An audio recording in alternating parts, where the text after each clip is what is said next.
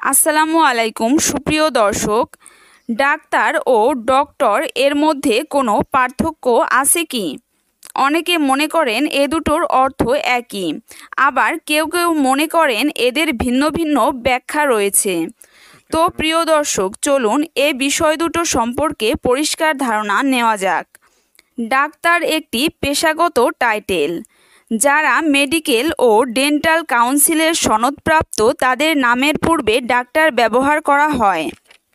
অন্যদিকে ডক্টর ব্যবহার করা হয় বিশেষ জ্ঞানী ব্যক্তিদের নামের আগে, অর্থাৎ বিজ্ঞান, কলা ও অন্য কোনো বিদ্যায় বহু বছর যাবৎ গবেষণার ফলে বিশেষ এবং মৌলিক জ্ঞান লাভ করে থাকেন এমন ব্যক্তিদের ডক্টর বলা হয়।